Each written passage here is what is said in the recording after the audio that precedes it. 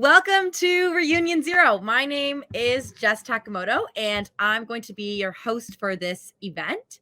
In case you don't know me, as it says on the bottom of the screen, I'm a Com21 grad, and I'm the founder and CEO of Shine, Strength, and Confidence. So I run a group fitness company.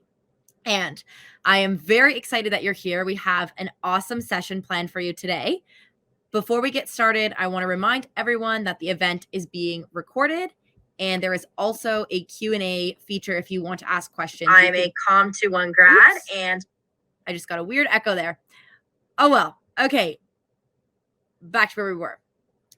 So you can use that Q&A feature, and let's get started right away with a land acknowledgement. I want to acknowledge that Queen's University is situated on traditional Anishinaabe and Haudenosaunee territory. We hope the historical wisdom and perspectives help us today to make strong choices about our futures and recognize the complicated path resulting from a colonial project.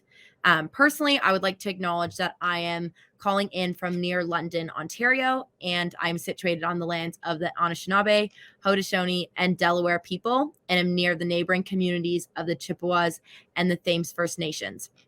And to acknowledge this traditional territory is to recognize its longer history, one predating the establishment of the earliest European colonies. It is also to acknowledge this territory's significance for the Indigenous peoples who lived and continue to live upon it, and whose practices and spiritualities were tied to the land and continue to develop in relationship to the territory and the other inhabitants today. Moving on with the event, I'm going to give you a brief overview of the event flow and what you can expect. So this is a 2-hour event. It's going to go until 6 p.m. We'll have a quick 10-minute break in between. And some of the exciting things we have coming up, we have a special welcome from the Queen's Vice Principal of Advancement, Karen Bertrand. Then we're going to have a session with Mixology and Maiden Voyage Mobile Bar Co. So they will be creating signature cocktails for our year, which is super exciting. And then to close off, it's called the First Five Mentoring Event. So we have alumni from the past 5 years, and they're going to get a chance to speak to you, and then you can ask them any questions that you want. So let's get right into it. I am so excited to introduce VP of Advancement, Karen Bertrand. She is a first-generation graduate of Queen's University, and after graduating, she returned to her home in Guelph, Ontario, and began an 11-year career at the Heart and Stroke Foundation. She also served at the University of Guelph for another 12 years in progressively senior positions. She is a certified fundraising executive, and since 2018, she has led the Office of Advancement at Queen's, which is focused on fostering relationships that advance Queen's and contribute to a better world. So a top priority of this office is to further the strategic framework to raise funds that will support Queen's priorities and help solve some of the world's most significant and urgent challenges. So we are so grateful to have her today here to speak to us live and to welcome all of you as a Queen's alum. So over to you, VP Bertrand. Oh, thank you so much, Jess. And I'm super happy to be here as well, and really, really grateful that you are joining us this afternoon to host our first annual Reunion Zero. Hello to the class of 2021 and a warm Tricolor welcome. As Jess mentioned, I am the Vice Principal Advancement, Karen Bertrand, and it is my pleasure to welcome you to your first homecoming weekend. As a graduate myself, I know how much the Queen's experience unites us all. I'd like to take a moment to recognize the extraordinary circumstances that you endured to get here, though. It's a bit of an understatement to say that the pandemic changed everything. You nevertheless fought for your future, achieved your goals, and proved your mettle. You did it. As you transition now from your student identity, I hope you will wear your tricolor proudly wherever you go next and whatever you do.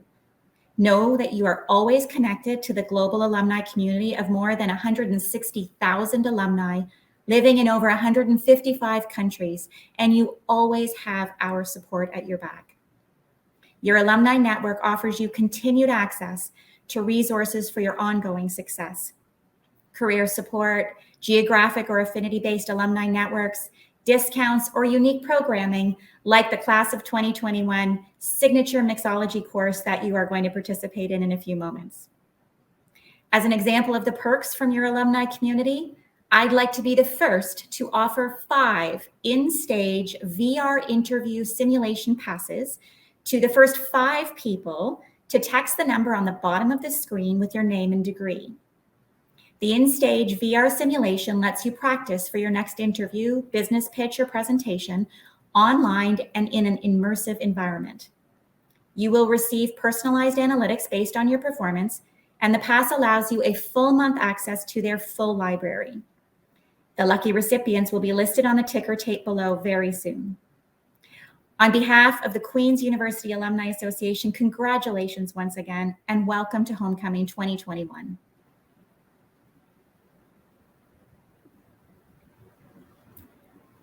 Thank you so much for the warm welcome, Karen. We really, really appreciate you being here and pointing out some of those resources and the benefits that we are going to receive as Queen's alumni. And I actually just want to expand on that and remind you all to check out the career services available to all of us that are listed in the chat at the end of the event or in the Expo reunion section of Hopin anytime. And these will help you upskill your career search toolkit. You can also join the Queen's Student Alumni Association for a proactive discussion surrounding equity, diversity, inclusion, and indigenization in the workplace at the virtual alumni speaker panel event held on October 27th from 5 to 6:30 p.m. These alumni speakers will bring their experiences involving EDII within the field of education and research, technology and innovation, and law to bring practical resources to students and young alumni, teaching you how to foster inclusivity in your workplace. If you're interested or affected by EDII issues, which should be everyone, you'll want to check this event out, and there's a link to register in the chat at the end of the event. Alrighty, moving on. So as you can probably tell, we're doing a bunch of prize giveaways today. We just had the first, and we already have another prize giveaway happening. This one is a personal prize giveaway. So I am giving away 5 complimentary 1-month digital memberships to my company, Shine, Strength, and Confidence. So you can come sweat with me online from wherever you are. And the first 5 people who text their name and degree to the number below will receive a prize. So you can just check the ticker text to see what you need to do. And actually, I also should mention, if you don't win one of those memberships, you still actually get a little bonus. So after this event, everyone will get an email with a discount code for anyone who'd like to attend an in-person class in either Toronto or Kingston. And that's valid until November 16th. Now, before we get into our drink making session, I want to give a few shout outs to the class of 2021. The Queen's University graduates of 2021 and 2020 as well were faced with truly unprecedented circumstances. And I'm sure we all know and love the word unprecedented, but it's true. And above all, we conquered and excelled against the numerous challenges brought on by the pandemic. There were academic challenges, financial constraints, social challenges, and more. But also during this time, members of the class of 2021 founded new equity-driven and social impact clubs, supported each other with care and compassion, and led with passion. Our graduates were involved in equity work, creating a more inclusive and accessible campus, nonprofit organizations, youth, and other forms of social support and care, social impact work that aimed to empower a generation to stand up for ourselves and others, advocacy work with the mission of creating actionable change, and so much more. You did not let the struggles of this new world destroy your optimism or determination to make the world a better place. And Queen's has always been united by the spirit of young and ambitious leaders of tomorrow.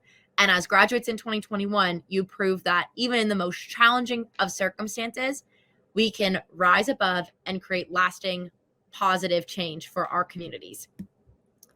So I want to actually take a moment to acknowledge some personal shoutouts, and then also the recipients of the 2021 Agnes Benedictson Tricolor Award, which is an award that recognizes students that went above and beyond in service, leadership, and general character during their time at Queen's.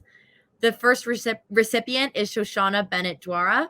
She is the co-founder of the Queen's University Advocacy Coalition and worked with the Queen's Student Diversity Project and Queen's Black Pre-Medical Association.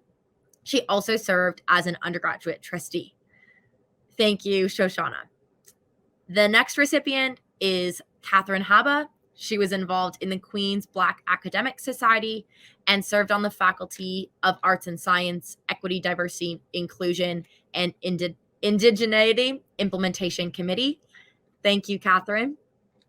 The next recipient of the Tricolor Award is Nicole Ocionde, who is the founder and president for 3 years of the Queen's Student Diversity Project and collaborated with the Division of Student Affairs. She's the first Black and female identifying Don for the Computer Science LLC floor in residence as well, which is really awesome. So thank you, Nicole. The next recipient of the Tricolor Award is Michaela Patterson, who co-founded EDI at the School of Nursing and the co-creator of Cultural Humility and Racial Microaggressions, which is otherwise known as CHARM. She also served as the vice president of the Queen's Black Academic Society. Thank you, Michaela.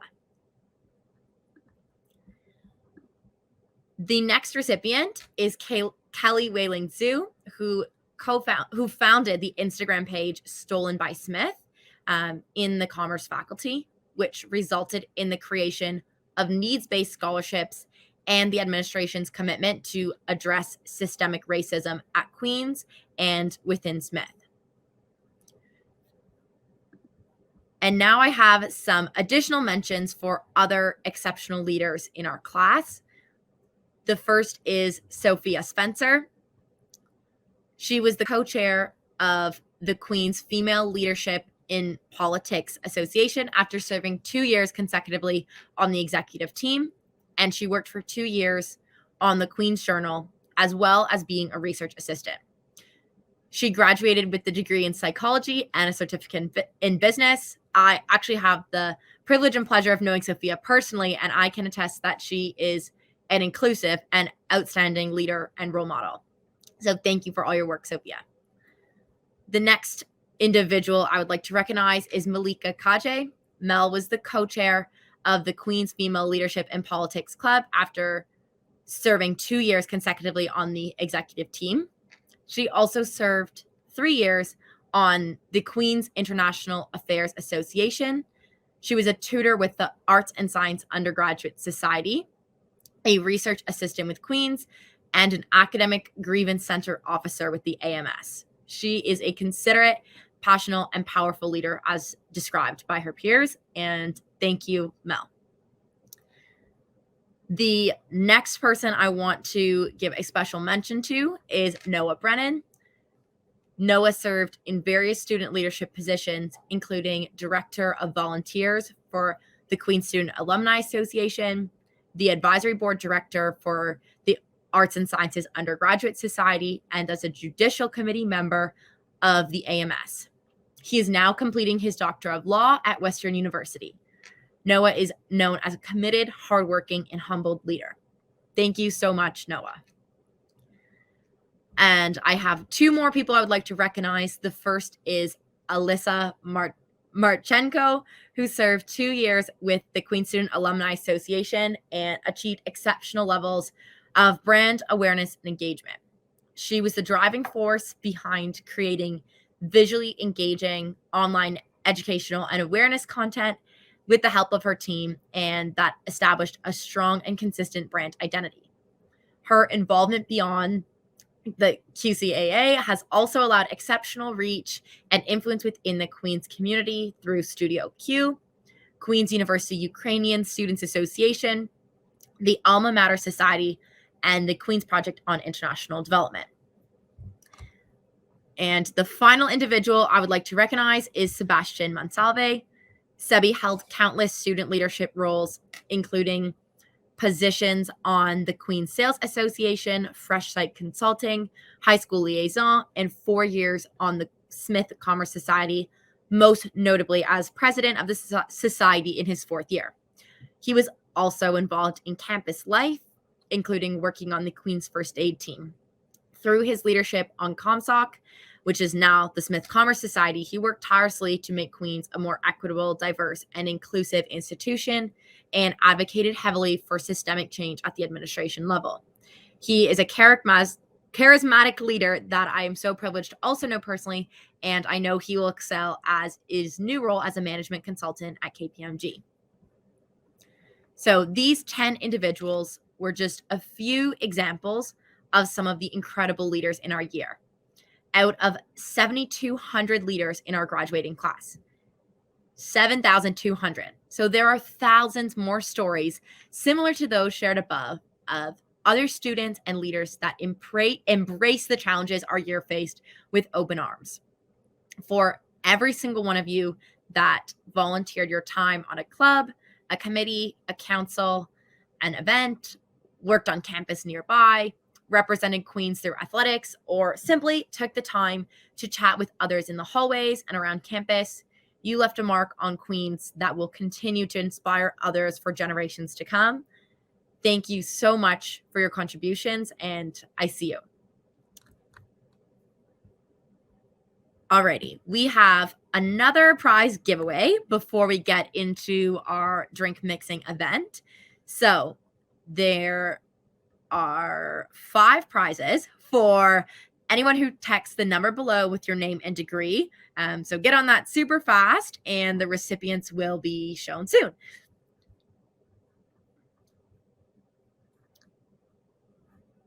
Alrighty, I'll give you a minute to do that before we get started.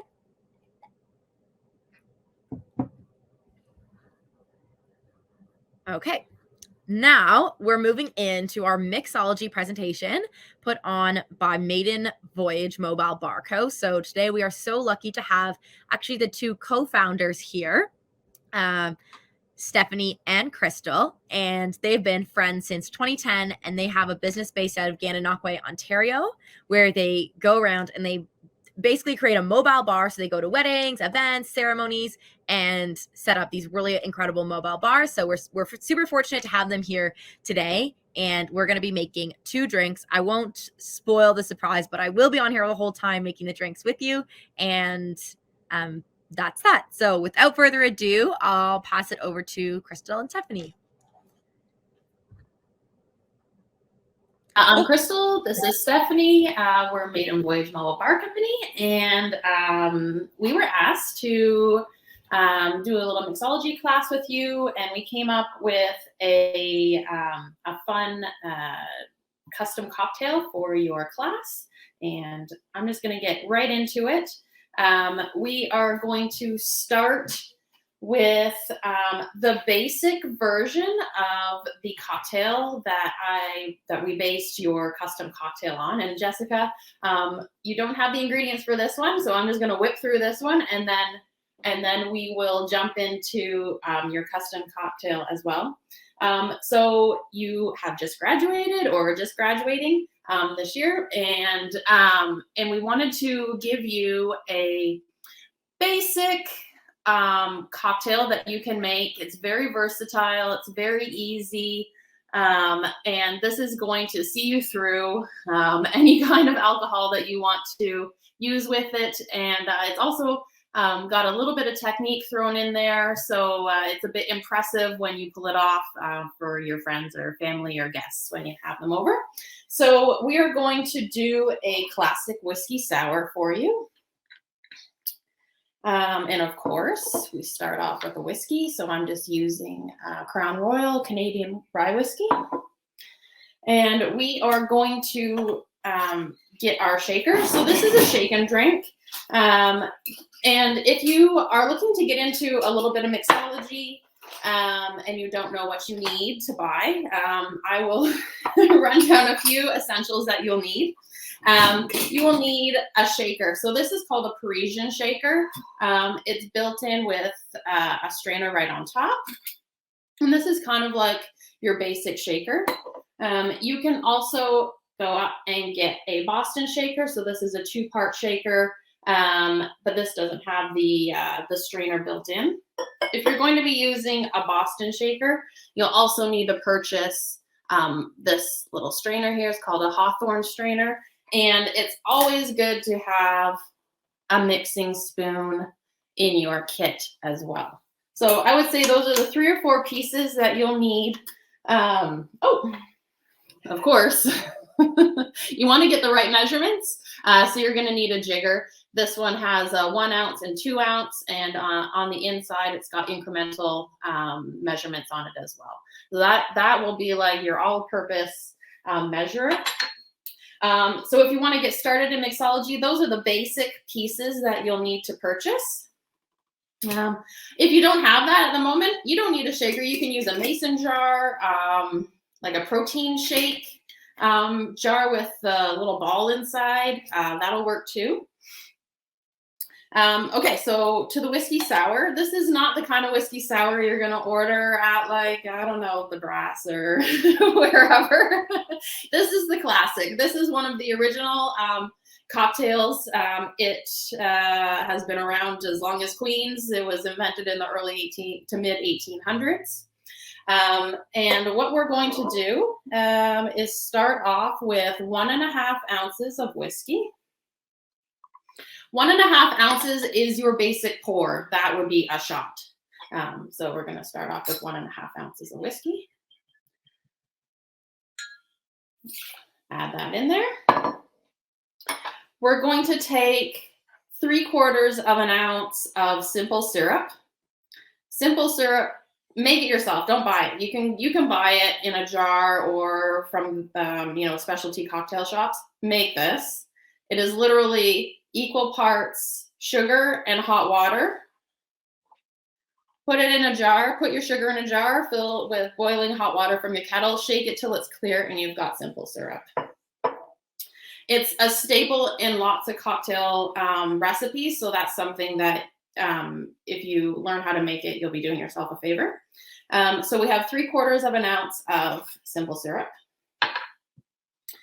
And we have 1 ounce of fresh lemon juice. Now, please, guys, use fresh juices. Don't use the juices that come in the bottles that are shelf stable.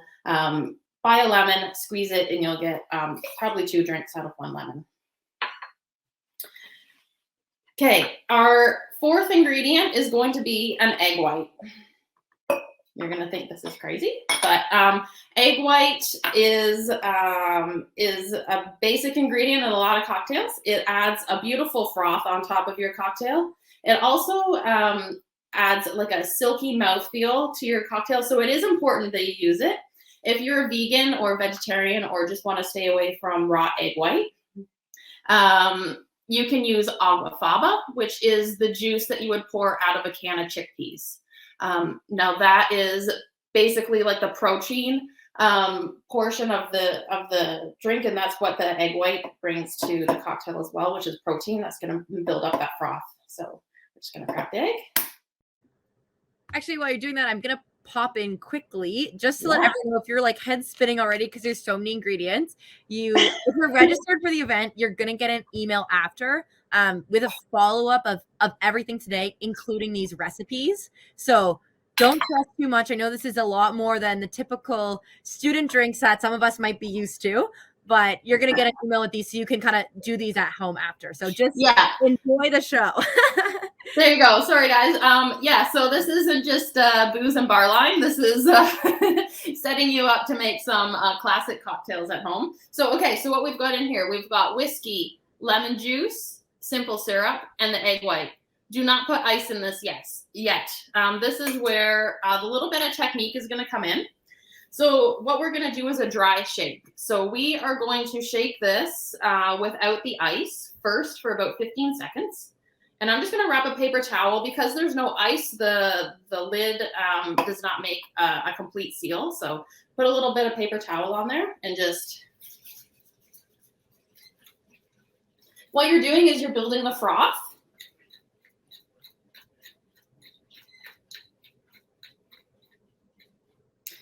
Okay. I don't know if that was 15 seconds. Maybe that was 5. I don't know. But what we're going to do now, I don't know if you can see inside. Oh, cool. Yeah. A little bit, but you can see the egg white is frothed up. So now we're going to chill the cocktail. So we're going to put the ice in, like a couple handfuls of ice. Ice is really important ingredient. It's just not like an afterthought. It is an ingredient in the cocktail.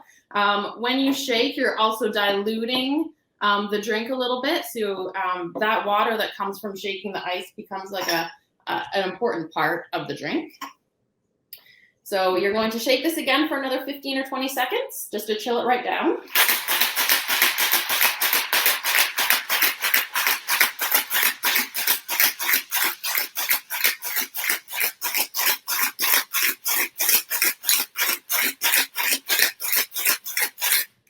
You can stop shaking when the shaker becomes really cold to the touch. Like when it's hard to hold on to, that's when you know it's cold enough. I feel like I'm learning so much today. If you're here, can you please comment in the chat? The chat's really dead right now. And I want to feel like it's not just the two of us. Like there's a whole bunch of us here. So give me some comments in the chat.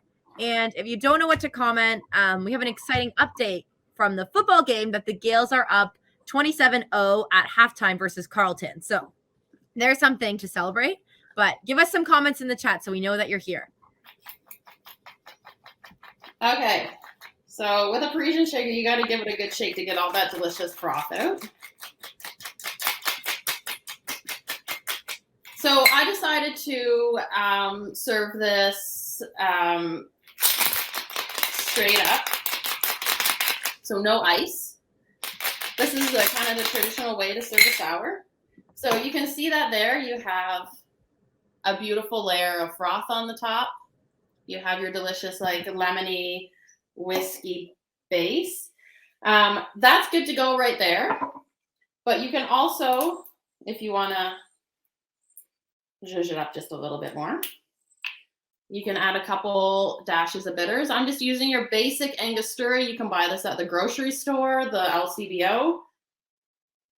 You're just going to give, like, just a couple little dashes on the top. Ooh. I wish I had like a top-down camera, but there we go. Just a few dashes on the top. And there you have your classic whiskey sour. Like I said, this is one of the most versatile drinks that you can make. You can sub out the whiskey if you're not a whiskey fan. Bourbon, gin, vodka, tequila. A margarita is basically a sour with lime juice. Anyways, this is a beautiful cocktail. Your first one. Yeah, this looks significantly better than any whiskey sour I ever had at certain bars in Kingston. Yeah. We won't name names, but we all know what you're talking about. Names, but I want whiskey sour. Okay, so that whiskey sour is going to be the basis of our custom cocktail. So I'm going to set this one aside. So what we are going to build for you today is going to be a tricolor sour. And I'm crossing my fingers that this works. But Jess is going to do it along with me. So yes, I am. I have ready. So step number 1. The angles a bit here. Okay, you have all your ingredients? I do. Okay, good. So this is a built cocktail. Well, it's going to involve a couple different techniques, but basically we're going to do 3 different layers. We're going to start with our blue layer. So take your 1 ounce of the blueberry syrup. Okay. I should have got like a cutting board or something maybe. Well, yeah, you have your blueberry syrup. Perfect. And we're going to put that in the bottom of our glass. No ice yet. Okay, perfect. Then we're going to build our middle portion first. So we are going to build like a whiskey sour base. So we are going to take our 1.5 ounces of whiskey. Oh, I've got my whiskey on the side here. That's the most important part. I also just realized I wore like bright blue leggings in like true Jess fashion, but this probably, I'm like, I guess it's spirited for homecoming, but there you it's go. hard difficult to do from sitting, so I'll just have to adjust here.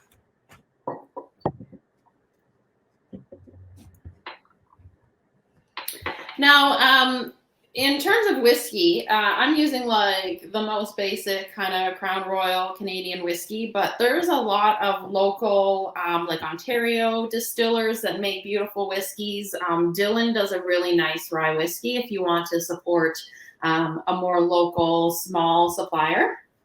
And they're available in most LCBOs. Not ours today, because that's what we were going to use, but Gananoque is not that big, so... then we are going to, so Jess, you got your whiskey in your shaker? I have a shaker? A shaker, so I'm gonna have to, you know what, I'm gonna do a stirred not shaking kind of situation. Perfect. And I don't know if I have a shot glass either, so I Just guess eyeball it. I'm still on the student way here. Okay, so throw some Hopefully that's good. whiskey in there. We're going to, so we have our whiskey in our shaker. We're going to throw in a 1/2 ounce of simple syrup. And we're going to throw in another ounce of lemon juice. And we're going to add ice to this guy. No egg white here. No egg. Okay, good. I was gonna try to figure out how am I gonna make the egg whites work. I didn't have this. I didn't even get a knife for my lemon, so I'm with you.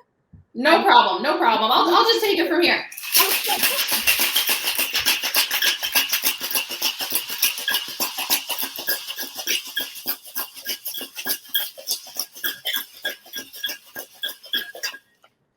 Okay.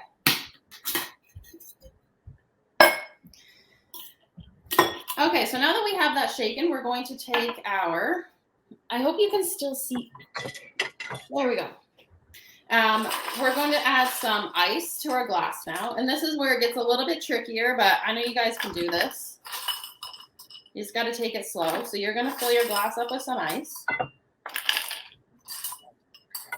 That's all my ice. Then you're going to take your whiskey sour. And you're going to slowly pour this over your ice so that it doesn't mix with the blueberry. And we're all going to cross our fingers. We get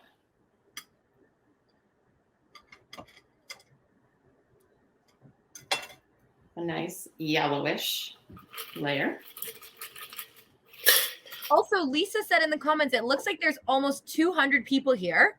In case, yeah, I know, incredible, but I've seen like 2 comments. You guys will all get the recipes after, so don't worry about writing anything down. Just watch. Then this is the tricky part. Oh, I'm so behind you right now. Oh my God. It's okay, Jess. Don't worry about it. For the second cocktail, it's easy peasy. You'll be on it on the second one. You're fine. Okay, so we are going to take, so we have a nice blue layer, a nice yellow layer. Now we're going to add our red. So this was kind of inspired by a New York sour, which is a whiskey sour topped with a wine float. So we're going to take our wine. This is a Niagara wine. It's a Cabernet Sauvignon, so you want like a nice dark wine. You're going to take your wine, and you're going to take about 1 ounce. And you're going to slowly pour it over the back of your spoon.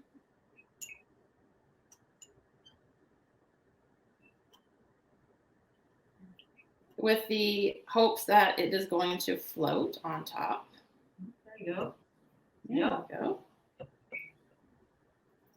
It's floating. Yay, it's floating. Okay. And there we have our Tricolor sour. So we have the blueberry, the lemon, and the red. Now, before you look at it, you're like, oh, it's amazing. Yours looks so good. Then You're gonna take your spoon before you drink it. Yay, Nancy's in the comments. Okay, I'm Mix that seriously all like, up, yeah. and you have a beautiful blueberry whiskey sour that all of your friends are going to love, and they're going to be so impressed. Oh, look at Jess. Look, yes. Just pour some wine on the top. You're good. Stir it up.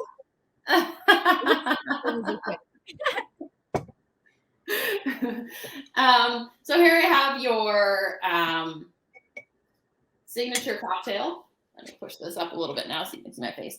Your signature cocktail, the Tricolor Sour.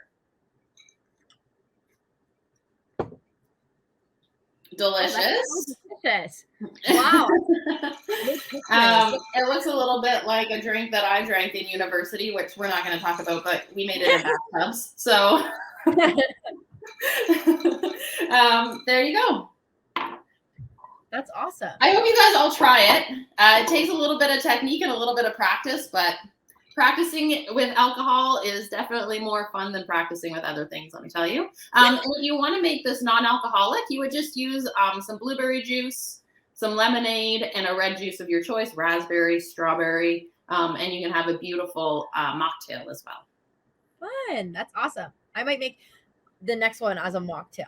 There you go. Yeah, I'll do that version next time. But in case anyone's wondering, so if you're on the platform and you want to figure out how to comment in, because I've been trying to read out some of your comments, what you're going to do on the right side of your screen, there's a little video camera. It says stage. You click on that, and then there's an event tab. Don't type in the event tab. Type in the stage tab, because that's just anyone that's in this event. If you type in the event, that's anyone that's at Hogo in general right now. But in the stage tab, then you can see how to comment, and then you can join in, tell us what you think, tell us if you're going to try this. And I know Lisa's saying, where's everyone joined us from? So you can tell us where you're joining in from and what you think about trying this drink. So let's get into the next one then. Okay, are we doing a Q&A or are we just going to jump straight into the second drink? We can cues? Q&A. Do you want to tell us about the second drink, and then we'll see if any questions come up, and then go from there? Yeah, sure. Stephanie? I'm just going to clear up my mess here and leave some room here for Stephanie. Get her some ice.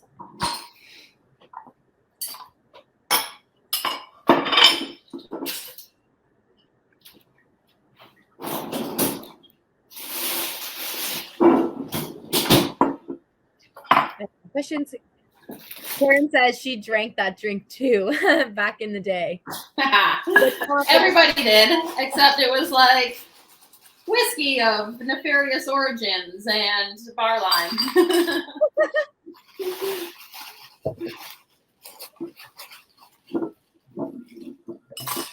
Okay, do you want to tell us what the next drink we're going to make is? And then I'll make sure I have the right one here. So you need, Jessica, you will need some vodka. Yes.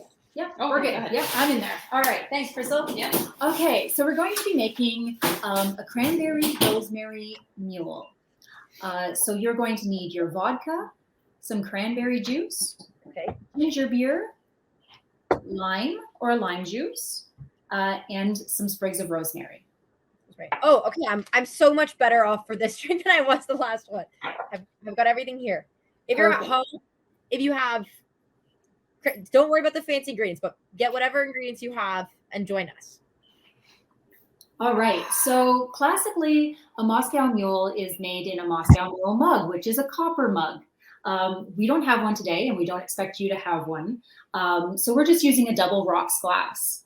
You'd like this glass for this drink to be a little bit larger than your standard glass.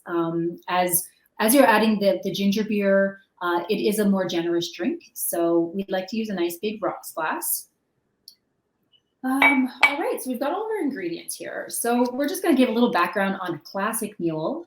The classic mule was developed back in the early 40s, and it took a little bit to take off because we were coming out of like the gin era, and vodka wasn't that popular. So Smirnoff, of course, was trying to come up with a way to increase sales, and they partnered with a gal who was making copper mugs. So they partnered with her and another bar owner who had quite a supply of ginger beer. I guess it was common at the bar, but wasn't selling well either. So these three entrepreneurs came up with this crafty cocktail that is super simple to make, but also very easy drinking. It's the classic, of course, is just vodka, lime juice, and ginger beer. So super simple. It's great as is. You don't need to add anything to it, but today we are showing you a variation by adding the cranberry and the rosemary. This is perfect heading into the winter season. If you're looking to provide a fancy drink for your family and friends over the holidays, then this is a good go-to because it's so simple and your guests will be impressed. So we'll get started here with this drink. So I've got my glass. I'm just gonna chop off my head here for a second. So we've got our glass. We're going to take some rosemary. I only have one sprig here, so I'm just going to take off some of the bits of rosemary, and I'm going to put that in the bottom of my glass. Okay. I'm going to add my vodka on top of my rosemary. So I've got this handy dandy measure, which, I mean, if you're making a large bunch, I mean, you could even pull out a measuring cup from your kitchen. But this is a crafty little measure that, has my measurements on it. So I'm going to use 1.5 ounces of vodka.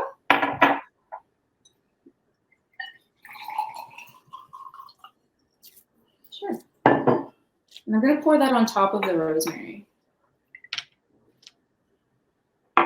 So now I'm going to take my muddler. If you don't have a muddler, you could just use a spoon, like a wooden spoon for baking is perfect. It's just something to just lightly press onto the rosemary. You don't want to crush it too much, just because it'll bruise the rosemary, and the flavor might be a little too intense with the rosemary. So we're just kind of pressing lightly into the vodka, just to kind of infuse it.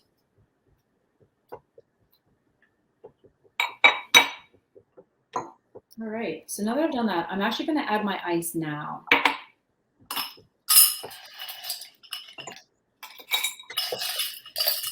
So you're going to be generous with your ice. I would say at least 1/2 to 3/4. We're now going to take our cranberry juice. Super simple. We're going to be adding about 2 ounces, of juice. We're just going to pour that over our vodka. Jess, how's it going? Actually pretty well, I think. I had a wooden spoon, and it was actually too big, so I had to use the other end. But other than that, I'm with you. All right, awesome. All right, so we've added our cranberry juice, and now we're just going to top with ginger. Oh, sorry, I forgot the lime juice. So for your lime juice, you can either squeeze ahead of time, but we find that typically the half of the lime is 1/2 ounce to 1 ounce. So depending on the size of your lime. So I'm just going to squeeze my lime.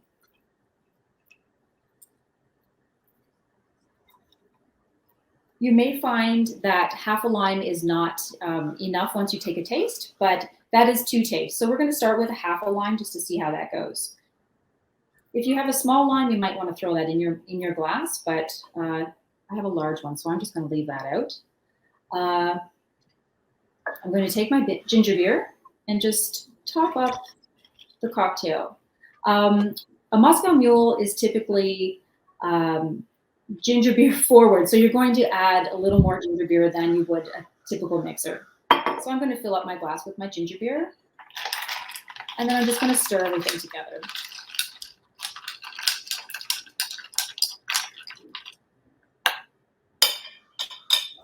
For a garnish, I have this sprig of rosemary that I'm just going to put in here, as well as some dehydrated lime. If we don't expect you to have dehydrated lime, Jess, I think you do though, right? I do. Perfect. I get an extra wedge, so I'll put that one on top maybe. So we're just going to slide that in the drink. If you don't want to use lime or rosemary for your garnish, you can also use fresh cranberries or frozen cranberries. You might want to freeze ahead of time. You can roll them in some sugar and they look really pretty on top of the drink as well. So there is your cranberry rosemary mule. Take a taste, it's super yummy. Okay, there we go. Cheers. Cheers, Jess. Whoops, cheers. Cheers. So this one is super simple to make as a mocktail. Literally just leave out the vodka. So this one is great for parties or family dinner and grandma's not looking to have a drink with vodka, then you're just adding your cranberry and your lime and your ginger beer and you're good to go. Our ginger beer, of course, is alcohol-free, which can be purchased at most grocery stores. We're using Fever Tree ginger beer, but there's also some other varieties at the store as well. If you're feeling really fancy, you can purchase alcoholic ginger beer to add to your drink, but that might be a little extra spicy. So Jess, did you add half of the lime? Yes, I did add half the lime. Okay. I couldn't find a can opener, so I couldn't get the ginger beer open. So I'm just a mule without the ginger. Mule without the ginger, but it's delicious. Okay. So if you're finding your drink doesn't have enough citrus, you're more than welcome just to squeeze in that extra half a lime. And it's really to taste. So a standard standard Moscow Mule, I like to add more lime. So for myself, I would add the juice of an entire lime.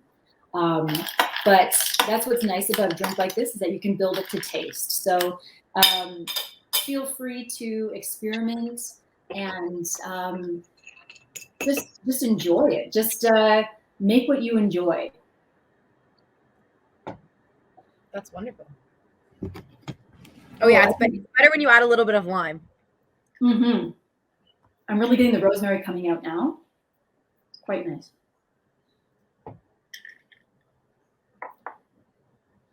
Do we have any questions? Yeah, any questions, you can add them in the chat. Like I said, it's on the right-hand side. You click on that stage button, and then you'll put it in the stage chat. The Moscow Mule is great too. Like the sour, it's really versatile. So you can use any type of alcohol that you want in there. With this one in particular, would be amazing with bourbon or whiskey. Also use gin or switch up the flavors. Yeah. If you wanted to, in the summertime, it's great with blueberry and lemon. It really is just one of those versatile drinks that you can just add what's in your kitchen. If you going through and you have some extra, a certain juice or berry, you're like, oh, it's strawberries. I love strawberries. So muddle up some strawberries, throw that in there. It's delicious. That's awesome. Thank you for the tips. I don't think I see any questions in the chat yet. We have a few more minutes, so maybe I'll just ask you some questions. And I guess my personal question is, okay, I don't really have all the right equipment. Like I just got this awesome stir stick today, which is wonderful. And thank you. But I don't have the shakers. And, for students or like young alumni who have, been used to the questionable drinks from the bar and, just kind of whatever it is, how do you get into making these drinks? Because I'm trying these like, oh my gosh, these taste amazing. Like this is wonderful. So how do you, if you don't have all the right equipment, like where would you recommend really starting to get into making these drinks? Yeah, you don't need the right equipment to start off. So you can use a mason jar for your shaker.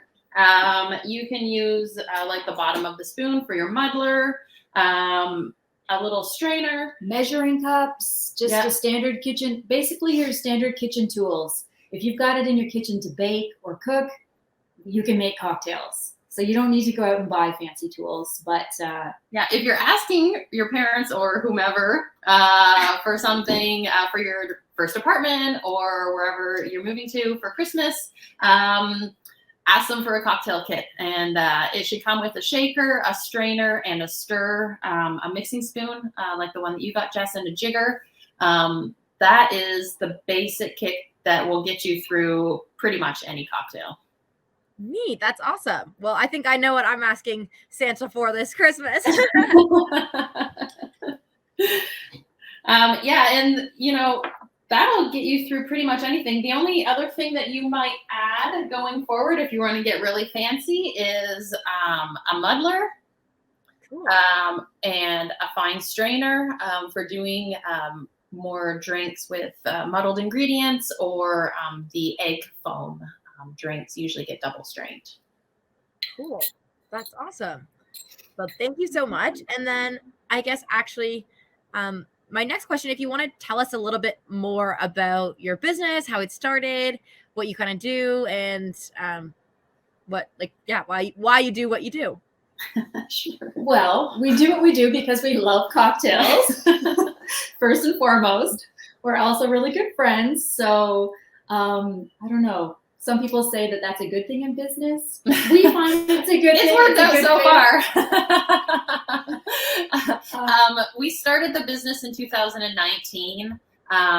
We saw example. We travel avidly, or we used to before children entered my life.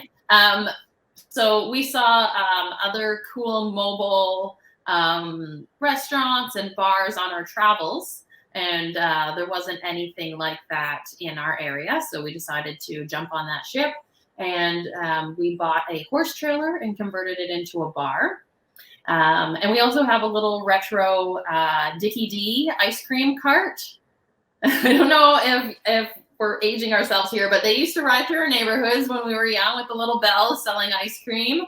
So we picked up one of those and turned that into a bar as well. Then COVID hit, and what was supposed to be our first amazing season was kind of didn't happen as well as we thought. So we started a second business because why not? And we also make cocktail infusion kits. And so we have now Maiden Voyage Cocktail Co. And that's so we dehydrate all our own citrus, and those are the little slices that we sent you, Jess. Yes. So basically we have little jars that are filled with dehydrated fruits and citrus, and you add your alcohol to that, and it will infuse your alcohol and make a delicious cocktail. Oh, how neat. Yeah. It's actually really interesting, the kind of parallels there of, and this is totally a tangent off of, like the script and whatever, but combining this passion that you have in something really interesting and starting a business. And that's actually quite similar to, what I did. And I had this passion for teaching fitness, and then, same thing as events that would require a bar and a bartender as group fitness classes. Neither of those things can happen during the pandemic. So that kind of, really throws a wrench in things. And of course, I think there's these silver linings and these, these little positives that come out, such as this cocktail kit business, which is so awesome. And it's really cool to see. I guess, do you have any advice for maybe young grads that are really passionate about something, or maybe starting to think, I want to start my own business, I want to start a side hustle, I want to share this passion with the world? What advice would you give them? So this started off as our side hustle. We had, regular jobs, and this was kind of our weekend gig. So if you can do it, I would say if you have a passion, try to make it happen. You only have one life, embracing your passions are going to make it that much more enjoyable. And you never know where it's going to turn. We didn't start off thinking we're going to make cocktail infusion jars, and now those have turned into bigger business than our mobile bar. Wow, that's incredible. That's super, super cool. And we'll make sure that actually that the cocktail kits and obviously Maiden Voyage gets linked in the email that gets sent out. But if you were interested in these cocktails and you're not really sure where to start from home, that would be a great place to start, and you can support their business and check them out or order one of them. And if you're in the Kingston or Gananoque region, then if you have any events coming up, then definitely check out Maiden Voyage. They're super awesome. And the last question before we finish up is kind of a fun one coming from Mercedes. She asked, do you have any cocktails that you recommend for Halloween? Well, we did a cocktail last year. What was it called? The Widow? Was it cranberry based? Oh yes. Well, there's a couple. There was the Red Queen. Oh yeah, the Red Queen. The Red Queen. Oh my goodness. So that one was gin based. But as with any light or white spirit, you could switch that out for vodka or tequila, whatever your preference is. But the Red Queen was gin, cranberry juice, Maybe some orange. yes. You know what? We're horrible at this on the spot thing. Yeah. You know what, Jess? We will provide that recipe to you for the Red Queen, and you can send that out as our Halloween cocktail of choice. Yes, and we also made one called Till Death with a black vodka. That was interesting. Oh, these look so neat. Yeah, That's a black vodka out of Newfoundland, actually. They sell it at the LCBO. That's where we picked it up in Kingston. And I mean, if you're going to add black vodka to any cocktail, it's going to be instant Halloween. I didn't even know that black vodka was a thing. So I'm going to keep my eye out for that the next time. And I'll definitely be trying that recipe. And hopefully, Mercedes, you get that recipe and you can try it. But yeah, I think we're about time here. So we're going to head into a quick break. But before we go, just thank you again. You two are so sweet and so knowledgeable and so passionate. It was so cool to get to make these drinks with you and share this with you. So thank you so much. And if you have any, final things you want to say to the class of 2021, go ahead. And otherwise, we'll head into our quick little break here. Sure. Just congratulations. You guys did it. Happy homecoming. And practice your cocktails. Enjoy the cocktail. Enjoy. Cheers. Well, cheers to both of you. Cheers. Okay, perfect. So now we're going to head into a quick 10-minute break. This is actually something I was like, I advocated super hard. I'm like, we need to take this movement break because I know, sitting online for 2 hours is quite a long time. So we're going to get up. I'm going to give you a few stretches to do, and then we'll go cameras off. Well, I'll go cameras off. You already have your cameras off. And take a quick break, and then we're going to come back for our networking component. So if you want to hop off now, you're more than welcome. We're gonna come back at say 5:06. We'll do. So I'll give you a few stretches if you want to stretch with me, and then you can go grab a drink, go to the bathroom, or whatever you please. So if we're gonna stretch together, come on, stand up, and let's start. Drop your ear to your shoulder and stretch out your neck right there. We'll hold for 5, 4, 3, 2. Awesome. And switch sides. This one feels super good after you've been sitting for 5, 4, 3, 2, and 1. Release. Take your hands behind your back. You're going to hold them there and just open up your chest and hold. If you want, try to stretch a little bigger. Hold that for 5, 4, 3, 2, and 1. Release it. Give them a shake. Okay. Take one hand. Let's cross it across your body. Take your other hand, grab it, long neck, and pull it back. So you should feel the stretch through your shoulders and your back. That's awesome. Let me see the comments here. That was awesome. Yes, I agree, Cam. Thank you so much. Hold it and crisscross. Switch the other way. Long neck. If you don't feel it, just pull a little harder on that arm. Hold that for 5, 4, 3, 2, and we're going to do one more stretch. So grab that arm down and back. Grab hold of your elbow, chest up tall, and we'll stretch out those triceps. Keep your chest as tall as you can. Let me fix this camera angle here. There we go. And give it a switch. Perfect. I'm glad you're joining our stretches too. Okay. Last one here for 5, 4, 3, 2, and 1. Alrighty, give it a good shake and give me a high five up front. We're going to take our break now. So I'll see you back at 5:06 and make sure you're back right on time because we have a super exciting first 5 networking event where we're going to hear from some alumni. So I'll see you back then, and I think we're good to go.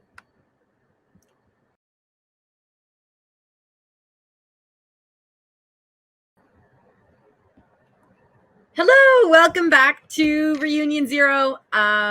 It's Jess here. I'm so happy that we're back. So if you're back, if you want to say hello again in the chat, that'd be awesome. And we are going into our kind of second segment here. So we're going into our first 5 networking event. I am actually so excited about this event.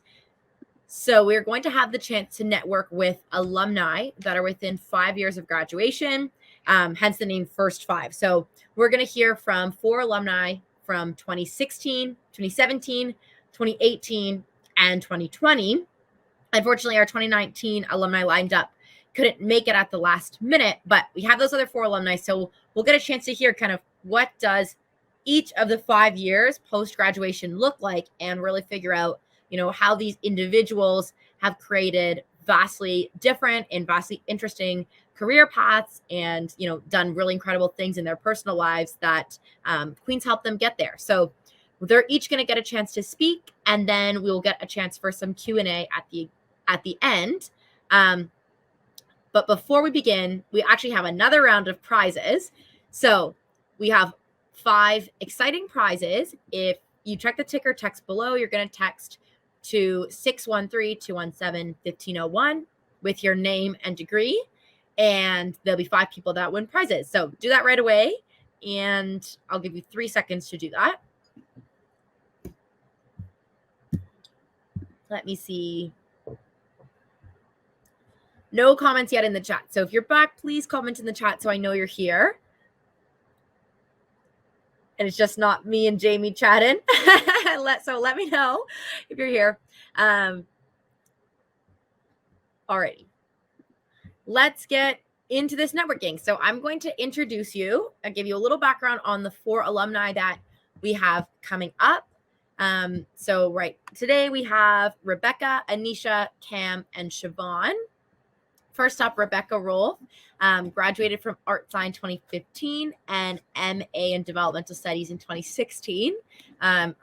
She has a Bachelor of Arts, and a Master of Arts in Global Development and experience working with Indigenous organizations, including Pakatuit Intuit Women of Canada as a project coordinator within the Social and Economic Development Department and First Nations Technical Institute, which is an Indigenous post-secondary institution supporting Indigenous student success. Rebecca is currently the Director of Community Engagement and Program Development at Focus Forward for Indigenous Youth, where she oversees program development, implementation, and evaluation for national employment and skills training programming for Indigenous youth. She is also a volunteer national mentor with the Jays Care Foundation, James Bay Girls at Bat program, where she supports First Nations female youth in coordinating and implementing youth-focused programming in their communities. So we're so excited to have Rebecca here, and I'm going to continue introducing all the speakers, and then Rebecca, you can come back and chat with everyone. So second up next, we have Anisha Jane, who is an Art Sci 17 grad in economics. And through her time at Queens, Anisha held several positions related to marketing communications, which served as a springboard to starting her career in communications. After graduating, she began her career with the 3-year stint at SVX, which is a Toronto-based social science firm holding several marketing and communication roles. In 2020, she joined Brookfield Asset Management in their infrastructure practice, focusing on investor relations. In her spare time, she loves to ride her bike by the water and watch Explained on Netflix. So welcome, Anisha. And thirdly, we have Cam Young, who is an Art Sci 18 grad in biology. He is the 35th rector of Queen's University and a lifelong learner committed to continuous improvement. He is a policy-minded individual who uses critical thinking to create long-term solutions and currently resides in Calgary, Alberta. Cam has been an active member in the Queen's community, serving in various student and alumni leadership roles and positions. This has also been combined with Queen's student government, sports, listening, playing music, cooking, outdoors, and reading.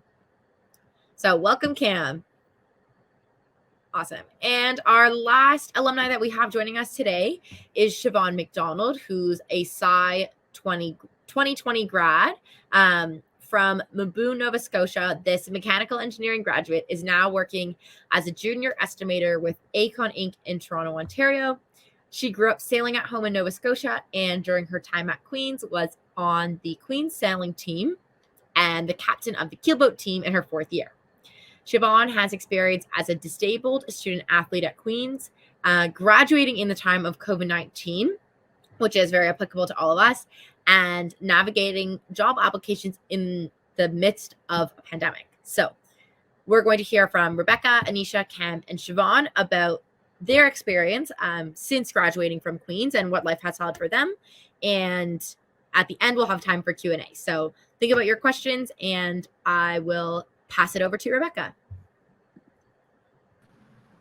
Awesome. Thank you so much, Jess. I am so excited to be here. And I'm so grateful for this opportunity, to share a little bit about my journey and hear from the rest of the folks on the panel.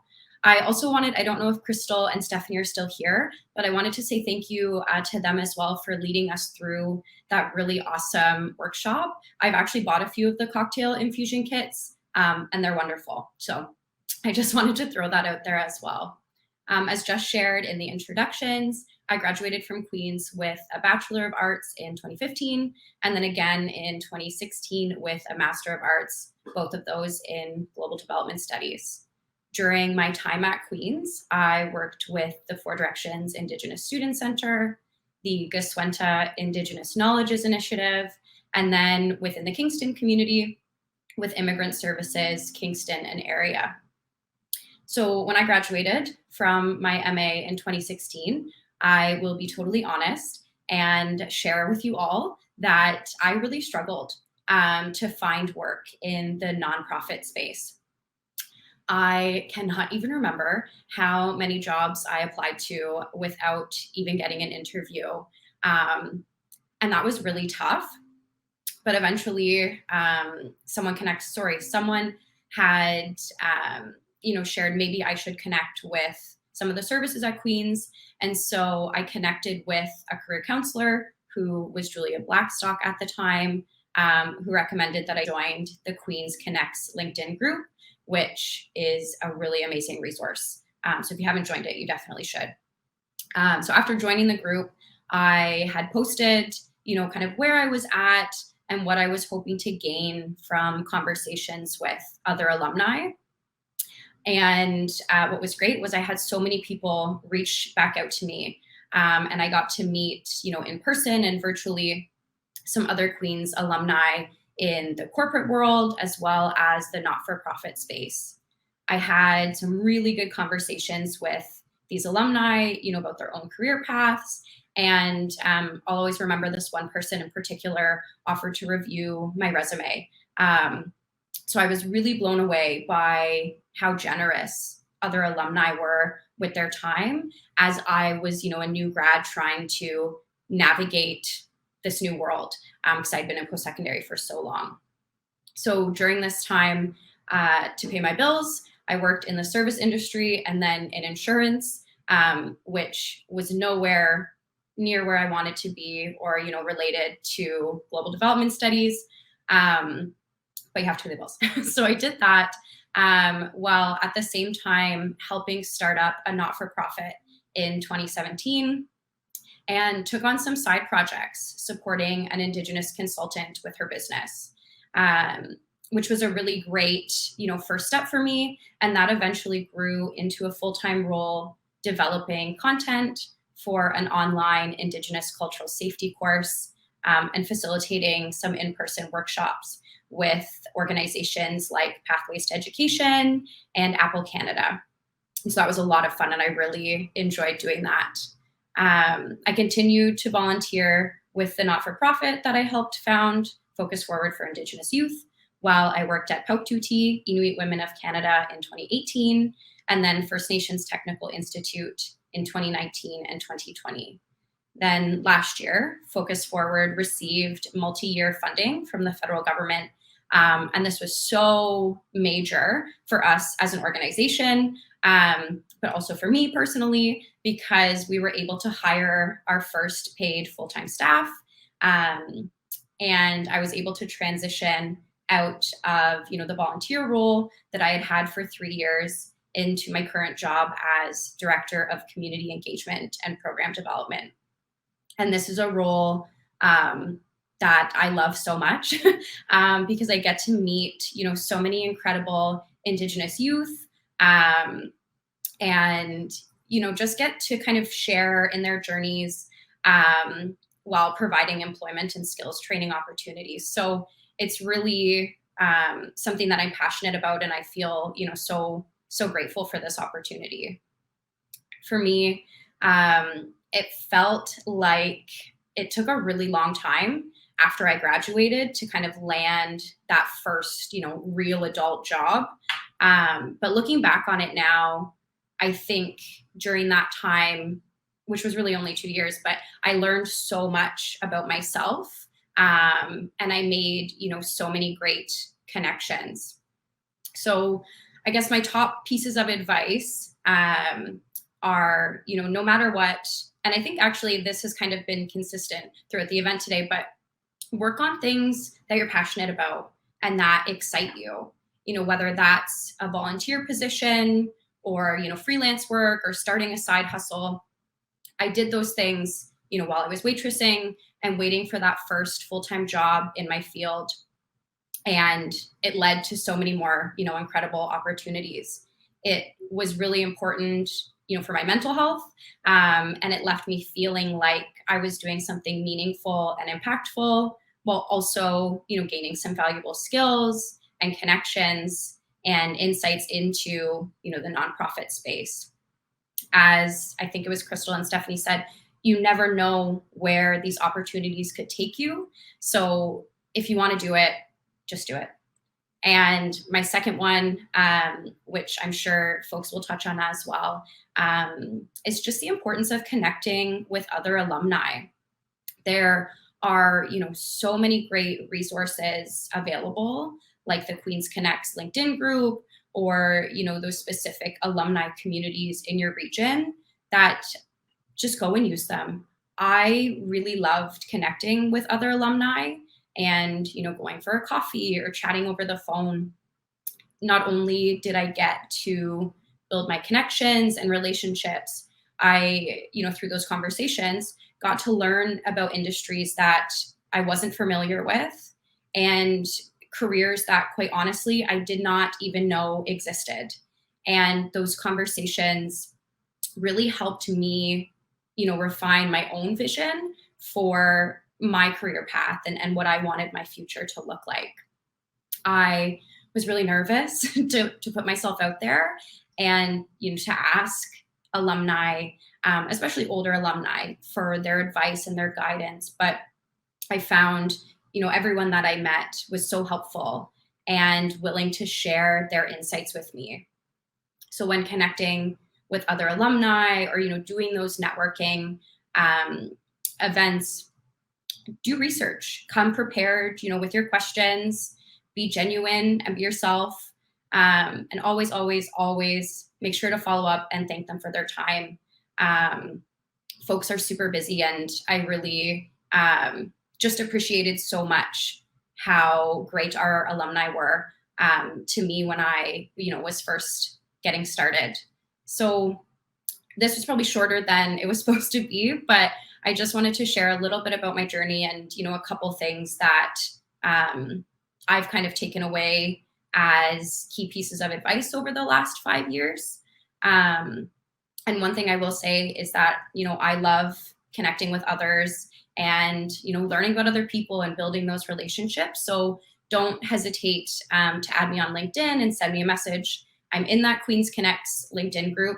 I know I've mentioned that quite a few times, but it is such an awesome resource, and I just want folks to know about it. So with that, I will just say thank you so much for your time and happy homecoming. Incredible. Thank you so much, Rebecca. And those were really, really awesome pieces of advice. I'll definitely be checking out that group after this event is over. So thank you And if you have any questions for Rebecca, you can pop them in the chat now or towards the end, and we'll make sure that you get a chance to get those questions answered. So let's move on to Anisha, if you want to tell us a bit about your story and your advice for 2021 grads. Great, thank you, Jess. So as mentioned, my name is Anisha Jane, and I'm an Art Sci 17 grad. Similar to Rebecca, I just want to take a minute to say, I'm really happy to be participating in this event today. Despite the current COVID climate and environment, this event has been super great so far, and it looks like it's shaping up to be a really great weekend. So just want to say a big thank you to everyone for their efforts in putting this together, because it's surely no easy feat to have everything be virtual and have it go so smoothly so far. And so, as mentioned in my intro, I was quite involved during my time at Queen's, between work and extracurriculars. And so, I'll kind of go through a bit of my background during my time at Queen's and kind of how it's led me to where I am today. And so, in second and third year, I worked at the residences on campus. At the front desks and so on, in Watts and Leggett, those people that would be sitting there manning those desks. I was one of them. And in my fourth year, I was an office administrator for the Queen's Journal. At the same time, I was also in the Queen's Student Alumni Association in fourth year, and I was on the Queen's Indian Student Alumni Association, or Queen's Indian Student Association. And in both of those roles, I held kind of marketing and comms focused positions, and that was really great. It was very different than what I had done kind of in high school, and it was very different than my econ course as well. And so it was a great kind of way to shape out my experience at Queen's. After I graduated in October of 2017, I joined SVX, which is part of the Mars Discovery District in downtown Toronto. So I joined their impact investing team, and I was there for 3 years, also focusing on marketing and comms. And then most recently, I joined Brookfield Asset Management, kind of taking a bit of my investor relations experience at SVX and joining the investor relations team at Brookfield. And so I recognize that, with an econ background, that kind of seems like an odd way to transition into my career. But I would actually say that joining QSAA was probably a turning point for me, both during my time at Queen's, in terms of the experiences I had there, and also how I started to think about my career for the future. I realized I really liked marketing and comms through kind of the experiences that I had at QSAA. And I really wanted to figure out a way how to leverage, those experiences along with my econ background. But quite frankly, I was pretty lost as to how to do that when I was thinking about, my career and what I wanted to do. I didn't really know a lot of people who had an econ background and had kind of ventured into marketing and comms. And I felt pretty lost about the direction of kind of where to go and what to do. And I think one of the greatest pieces of advice I actually got from an alum, and I've kind of carried with me throughout my job, kind of my career, and at that time, my job hunting experience, was to be a sponge and to stay a sponge. And I've held that with me, and it's something that I think I want to keep at the core of my kind of what I'll keep sharing on later as I keep talking. But it's something that I think has really helped me stay very open-minded, both in my last job and in this job. And similar to Rebecca, I really struggled with figuring out what was next for me. But by kind of staying open to whatever experiences I could take from other alumni and other conversations I was having with peers and people who had started their careers in marketing and comms, I really felt like I was able to keep myself open and not box myself into any one career path or any kind of one vision of what I thought could marry that marketing, comms, and econ background. And for those of you who are kind of in that similar position, I think that was around this time of year I was of graduating. I was trying to figure out what I wanted to do, and I'm sure a lot of you guys are also in that same position where you haven't figured out what you want to do next. And honestly, it's totally okay. And I think that kind of message that I got from a lot of people, that really helped me.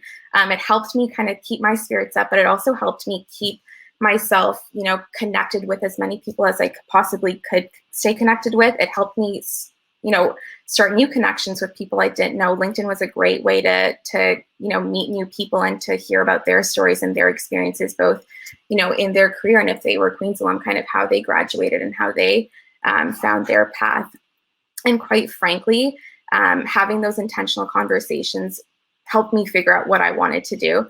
I started off as an intern at SVX, and that was kind of tough for me to take on, because I really thought, like, I was like, oh, I graduated from a great university. Like, I want a full-time 9-to-5 job. I want that security. But I knew that if I wanted to follow my passion and to also leverage kind of my econ background, I would have to put myself out there and take roles that might not be very comfortable to me. And I needed the money, and I wanted to have a full-time job. I wanted to have that security, but I knew that this opportunity was a great one to kind of get me to that spot. And so I took on that 6-month contract. And while I was in that position, I really, again, I networked with a lot of people in my industry, and I kept, asking questions. I stayed very open to different career paths even after that. And through that role, I was able to really kind of hone in on the comms piece and realize, I really like comms, and I really like talking to investors, which was kind of how I transitioned into this role. And over those 3 years, I really tried to figure out what was next for me, but I never boxed myself into thinking like it might just only be investor relations. It just so happened that a role came along in a totally different industry. And so, I kept myself, again, open to that. And I joined the world of asset management infrastructure. I continue to try and figure out what that even means and how that kind of will take me to my next role. But I'm keeping myself, again, open to talking to people, to connecting with as many people in my current role as I possibly can. And it's really, it's made for a very fulfilling career so far, and also for a very fulfilling time at Queen's. And so I think that is my biggest advice to you guys is, whether you know what you're doing or what you're not doing after graduation, kind of as a new alum, keep your mind open, keep connecting with people, and definitely keep asking questions and ask intentional questions, and make sure that you never kind of box yourself into a certain type of thinking, and always just, keep connecting. And so with that, I'll pass it back to Jess. But again, thanks so much for the time, and happy homecoming, everyone. That's awesome. Thank you so much for that advice, Anisha, and really incredible how you've stayed so open to new opportunities. And I'm sure when you graduated like years ago, this is probably not where you could have ever expected or guessed you'd be, but by just putting yourself out there and taking on those risks and knowing you're not going to have that certainty, but you're going to go for it anyways, has led you to a really incredible place. So thank you so much for sharing. And we're going to pass it over now to Cam, who's going to tell us about his story. Yeah, awesome. Well, thank you so much, Jess. And hi, everyone. My name is Cam Young, and I graduated from Queen's with a biology degree back in 2018. And following my graduation from Queen's, I moved back here to Cowtown, Alberta, Calgary, the best city in the world. And I'm currently working for a city councillor by the name of Drew Farrell, and I'm working as her communications and community liaison officer. And it's a pleasure to speak with you all today and to be on this panel with incredible women and very powerful women. And, I think the experiences that I'm sharing today are very similar to that of all of the other panelists. And it was, while I was at Queen's, I participated in a number of clubs, especially the AMS Food Bank. And then I also worked in residence for quite a few years. I was a residence facilitator. I worked as the vice president of judicial affairs for the Residence Society. And then I also worked as a residence don on West Campus. Yes, West is best. And I will continue to say that to the end of my days. And then, as mentioned before, I also served as the 35th rector for Queen's University. And for the class of 2021, I know that for some of you who lived in residence in first year, this is not the first time that I've spoken to you.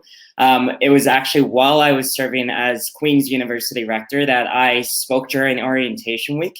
But then I think I also had the opportunity to attend some of your high tables and get to know you and speak with all of you there. And, it seems fitting to come full circle and to see you all graduate here. And I wanted to congratulate you all from graduating from Queen's in spite of all of the challenges that you've had to overcome in the past year and a half in order to complete your degrees. And nevertheless, you persisted. And I'm very proud of all of you. And I'm really excited, on behalf of everyone up here to welcome you to the alumni family. And I also wanted to take a quick second to recognize the Agnes, Benedictson Tricolor recipients from this year. As Justin mentioned, that this is the highest honor that can be bestowed upon a student while they're at Queen's for their service to the university. And this is an award that's really close to my heart because it is organized by the Office of the Rector. And I've noticed that all of the recipients from this year are all 2021 graduates. I'm an incredibly humble person. And I don't want to claim that it's because of my inspiring words that, all of these people received the award. But I'll say it, I think I inspired them a little bit. No, I kid. Clearly, they're all incredible individuals, and I'm very proud of what they've done. And also to the outstanding students that were mentioned earlier, congratulations. And I hope that you continue to take what you've done at Queen's and bring it forward into the world. And that's something that I wanted to talk to you about today. We are currently facing unprecedented times within our world. We're facing times where we are faced with a number of issues, from housing to focusing on diversity and inclusion and acceptance, Indigenous issues. And we're also beginning to notice that there's a number of issues from people trying to find jobs and affordable living. And this is where we as Queen's grads are really going to have to come in and step up and really make a difference for the future. As I mentioned before, I'm working for a politician, but I never thought that I would find myself in the world of politics. And that really stems from my passion that I've had, especially from my formative experiences at Queen's. One being the serving as the university rector, where that was a wonderful experience to learn about how to work within a large organization and address many of the issues that our institution faces. But that actually came as a result of my work as a residence Don. It was while I was serving as a Don that I began to think about, what is it that I want to actually see from my institution and what do I want to see changed? And it was one night while I was doing late night rounds on a Friday. As we all know, living in residence can get a little bit rowdy at night. But there was one night in particular that I found was very, very challenging for myself personally.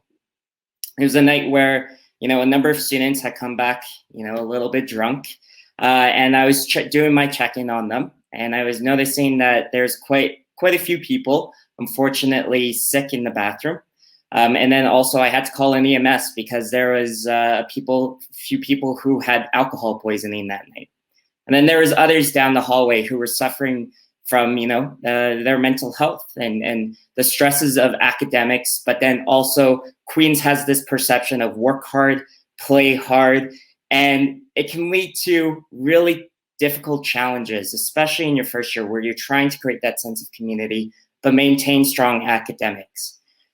And then as a Don, I also had the international floor where it was a lot of students from around the world who, were minorities such as myself, and found it really tough to be able to identify with the Queen's community and Queen's culture because they did not look like the typical Queen's student. And so for myself, I came to realize that my passion was to enact positive change through policy, but then also bring a voice to those who might not have a voice, the voiceless. I wouldn't always say that that's the case, but these are students that didn't have a platform to always advocate for themselves. And so that's why I wanted to run for rector, was focus on issues that dealt with mental health. But then within that stream, focus on a number of things, from diversity and inclusion, Queen's drinking culture, and then also focusing on sexual violence on campus and trying to support students and really create a positive change there. And I think that during my time there, that was something that I found that was challenging. It wasn't easy. These are topics that even to this day, we know as an institution we continue to face, and I don't know if it's ever going to really go away, but I know that we've created a lot of positive change on campus during that time. One in particular is that we saw a policy update to the alcohol policy.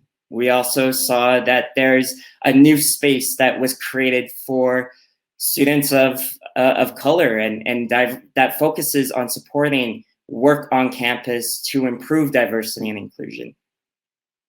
But it was also during my time there that I had a wonderful opportunity of creating a lot of really good connections, both with alumni, with staff, and with students.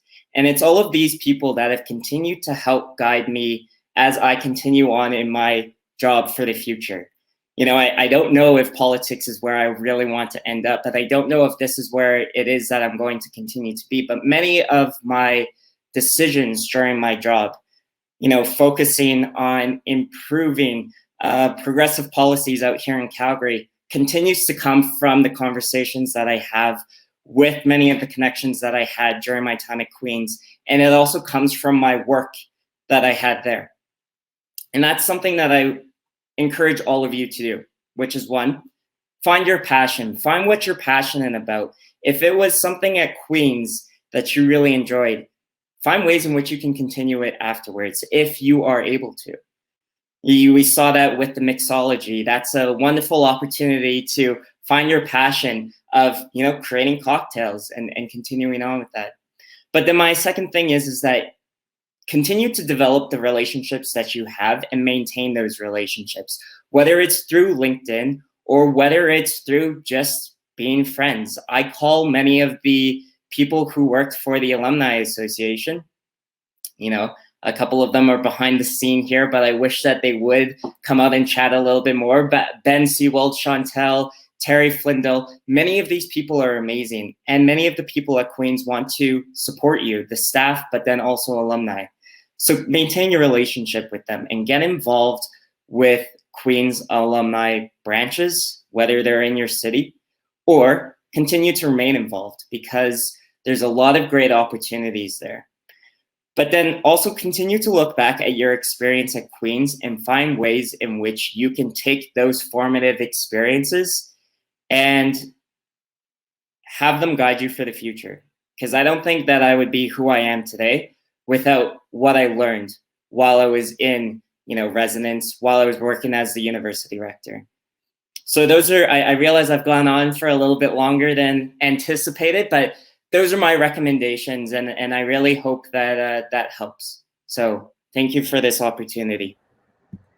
Thank you so much, Cam, and thank you for sharing some of those experiences from your time at Queen's. That's wonderful to hear about and some really great and thoughtful advice. So thank you so much. And lastly, we're going to pass it off to Siobhan to talk about her experience now 1 year out from graduating. Hi, everyone. You can all hear me all right?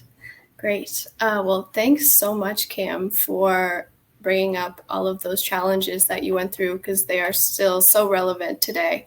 And it's really important that we talk about them. And congratulations as well to the class of 2021 for joining this incredible group of Queen's alumni. So I'll talk a little bit about myself. So yeah, I was in engineering, mechanical engineering at my time at Queen's. And I was also a part of the sailing team throughout my time at Queen's.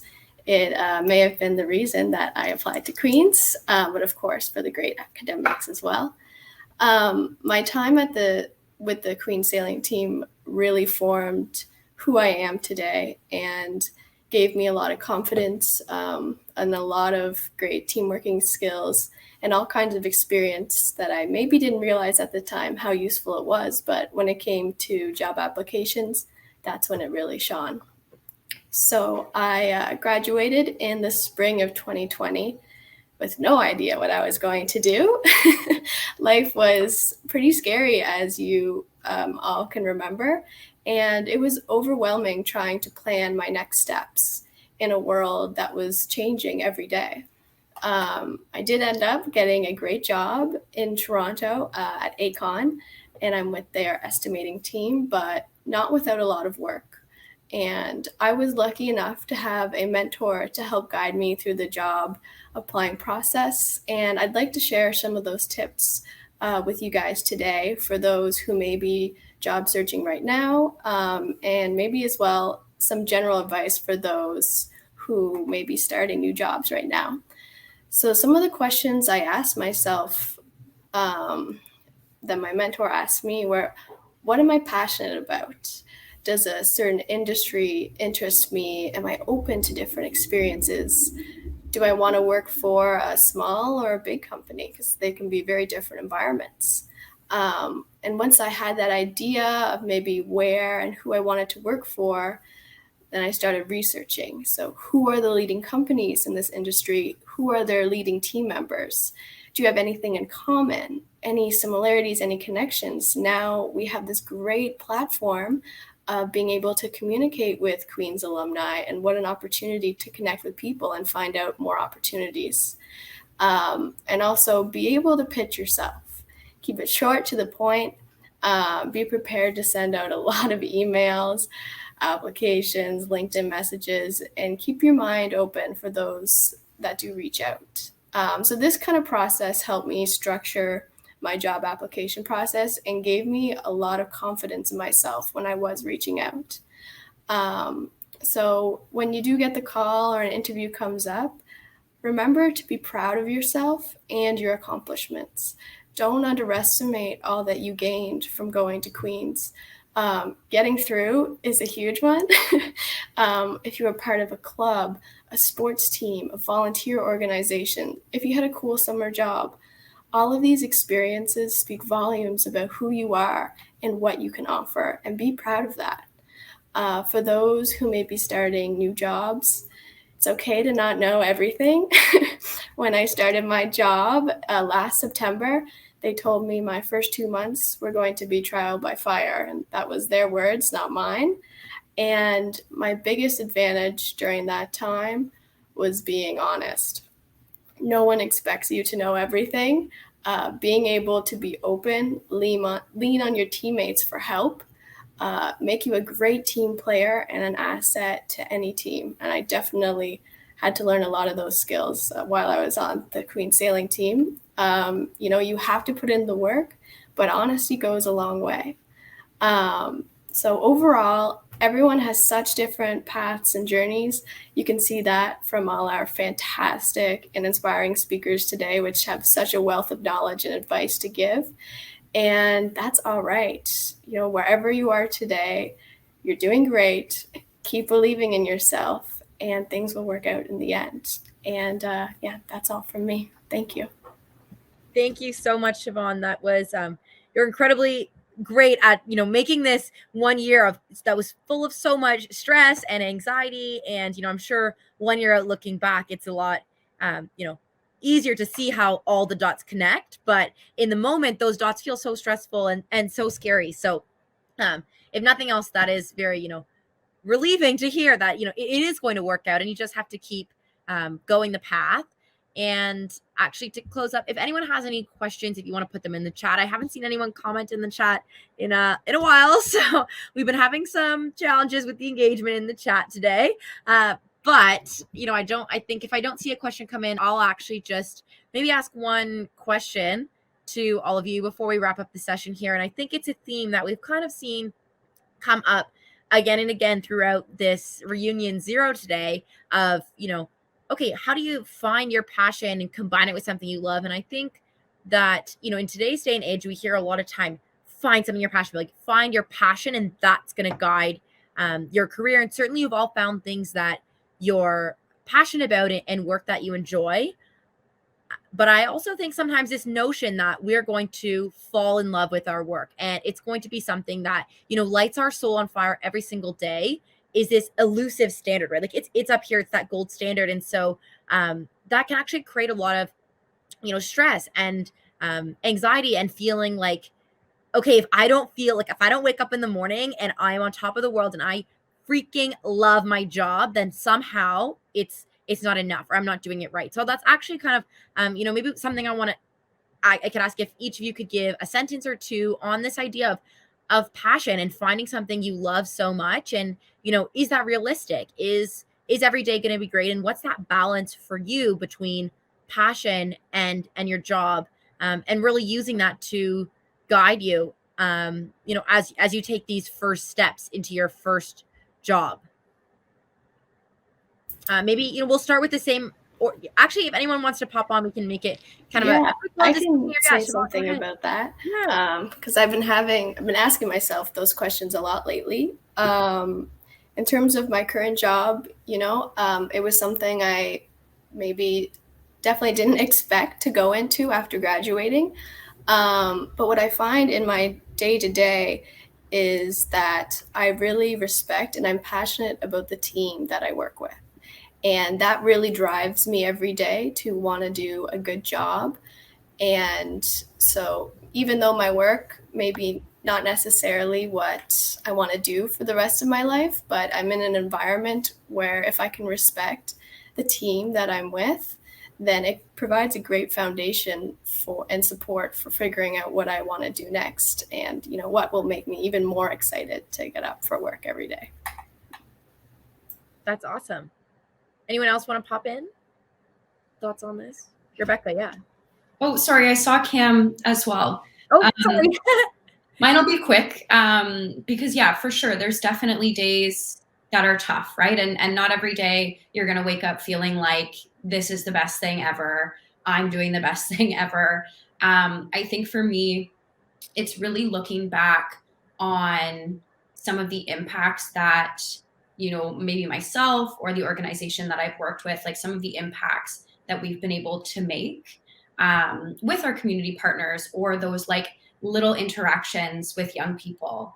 And so for me, it's like really holding on to those little wins and celebrating all of those. So yeah, not every day is perfect and wonderful, but really holding on to those like special little wins when you have them, because I think those are so important. And for me, at least, kind of keep me going on those days that, are a little bit tougher for sure.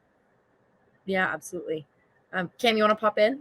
Yeah, I'll keep this short, but I completely agree with Rebecca and Siobhan. I think they hit it on the head, which is, find those little wins and be able to continue to find things that keep you happy. Being in politics, I think one of the things is that it can beat you down like any day of the week. Anything can pop up and, you just have to find a way in which you can deal with it.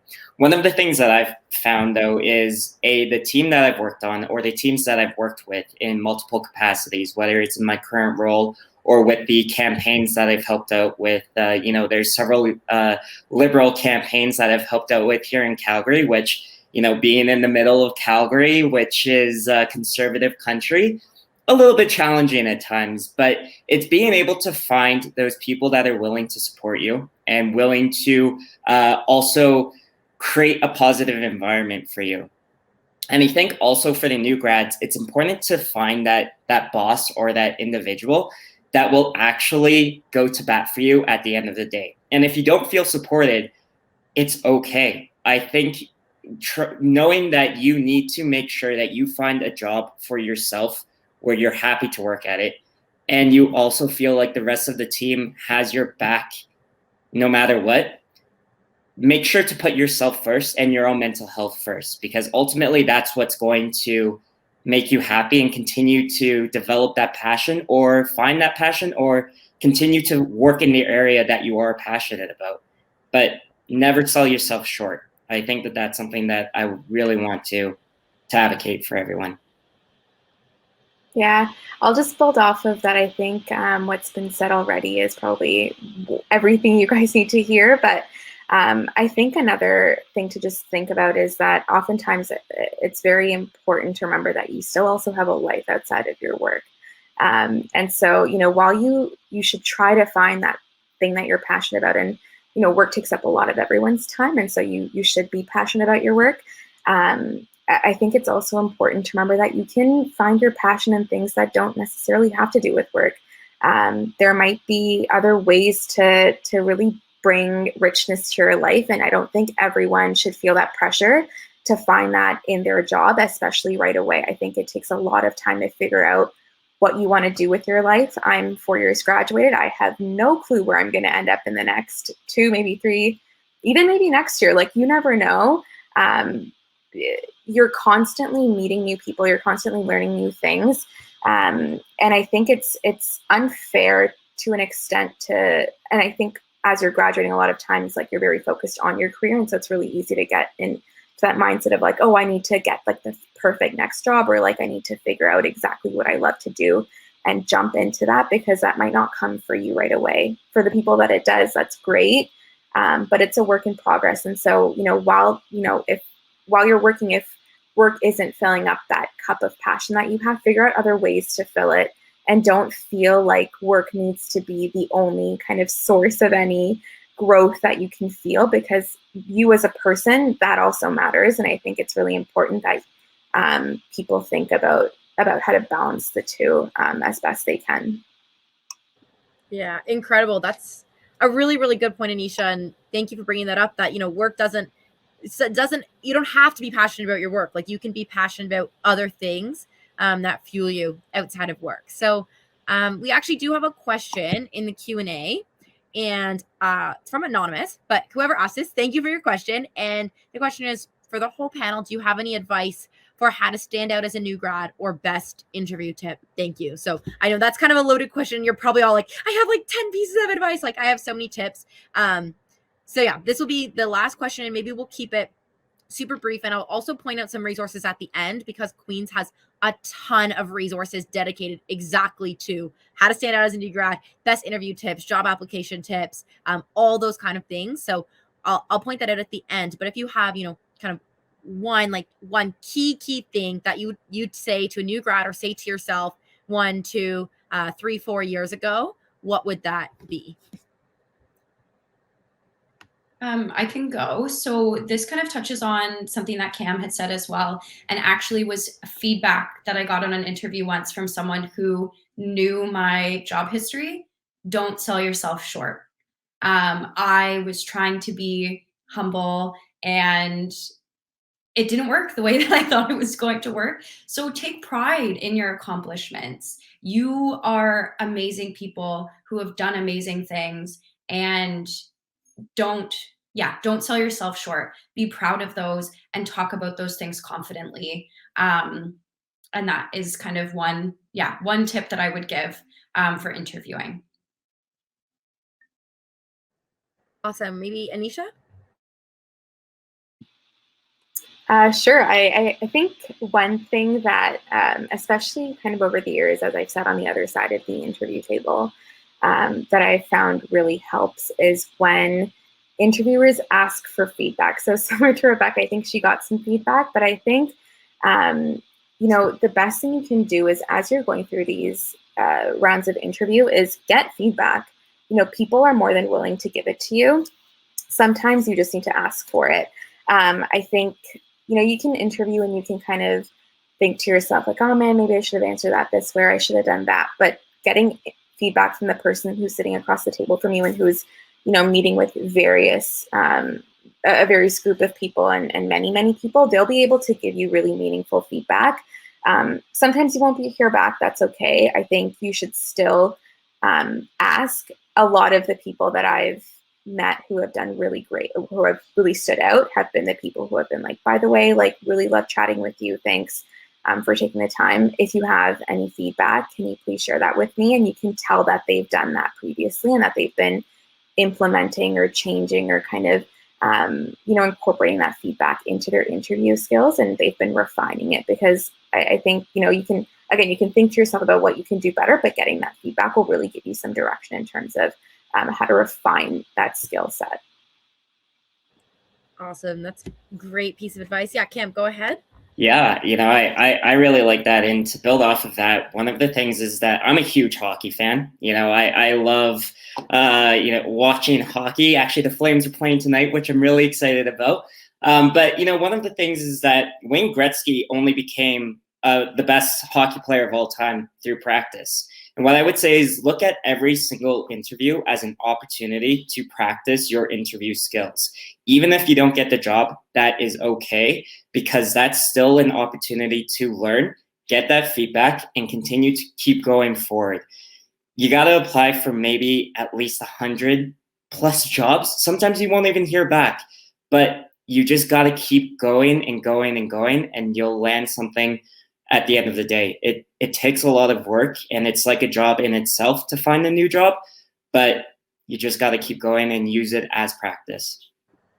Wonderful. And Siobhan, any one piece of advice? Sure. Actually, Anisha said something earlier that I always like to think of. I think you said, like, be a sponge, stay a sponge. And I think a really important thing is to show that you're always willing to learn something new. You know, no matter what job you get, you're not going to be an expert starting out.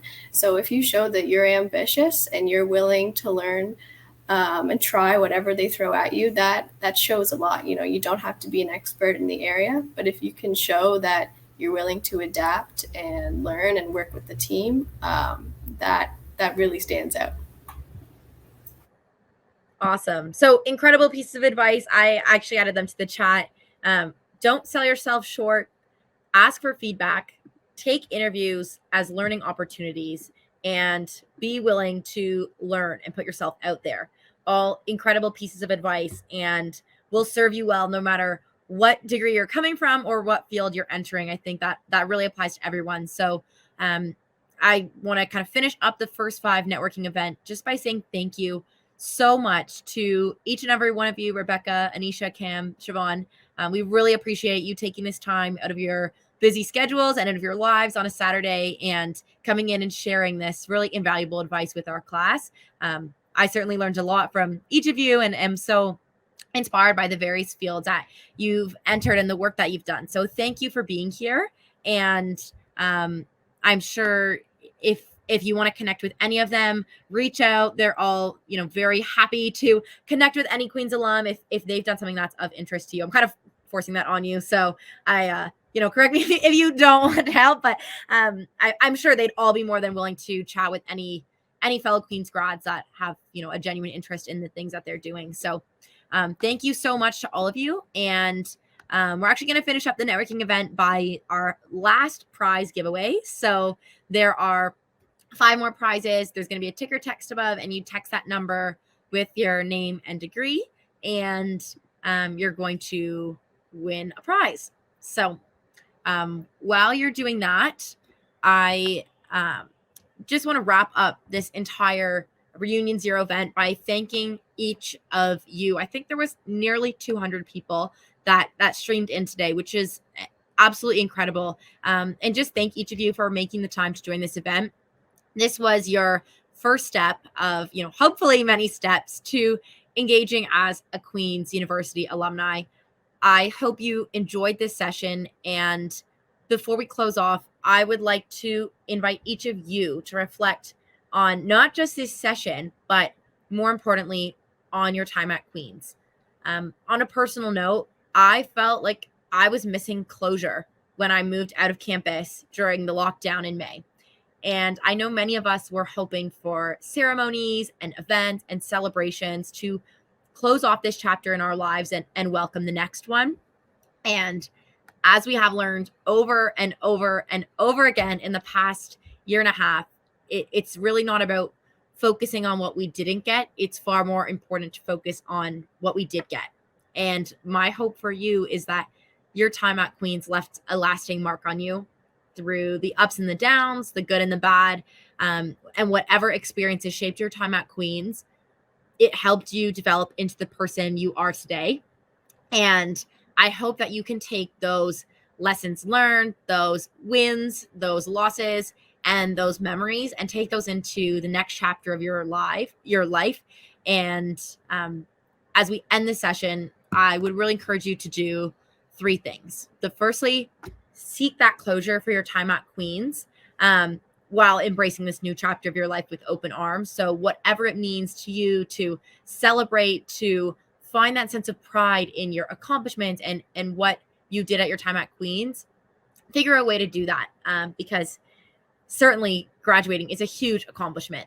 Secondly, keep in touch with your Queen's friends and, focus on making new friends too. We're at this, really, really cool inflection point in our lives. And finally, follow your heart. I know it sounds so cheesy, but if you have the chance to bet on yourself, my advice would be go all in. And this is coming from someone who took a leap of faith on a group fitness, in-person group fitness business during a pandemic where in-person and group activities were not allowed. But the thing that I've learned is, we have our whole lives ahead of us, and the best time to do something, to take a chance, to follow a passion is now. We have decades of Queen's homecomings to look forward to, but never again will it be our homecoming zero. So take those chances, and I wish you truly the best of luck as we move through this journey as alumni together. And last kind of housekeeping things here. Please make sure you fill out the post-event survey, and you get some chances to win great prizes. There's also a musical guest, William Prince, at 7 p.m. So you can check that out. And a reminder to check out the career services as that kind of question we got asked. There are career services available to you listed in the chat that will help you upskill your career search and job search toolkit. And 2 more reminders. Remember the Queen's Student Alumni Association is hosting an event for a proactive discussion surrounding equity, diversity, inclusion, and indigenization in the workplace at the virtual alumni speaker panel event on October 27th from 5 to 6:30 p.m. So alumni speakers will bring their experiences involving EDII within the field of education and research, technology and innovation, and law to bring practical resources to students and young alumni, teaching you how to foster inclusivity in the workplace. And if you're interested in this event, please check it out. There's a link to register in the chat. And final housekeeping item, the final score of the football game was 45-0 for Queens versus Carleton. So go Gales, go. That's a super exciting one. And I'll just wrap it up by saying keep in touch with Queens, keep in touch with each other, stay healthy, stay strong, and thank you again for attending this event.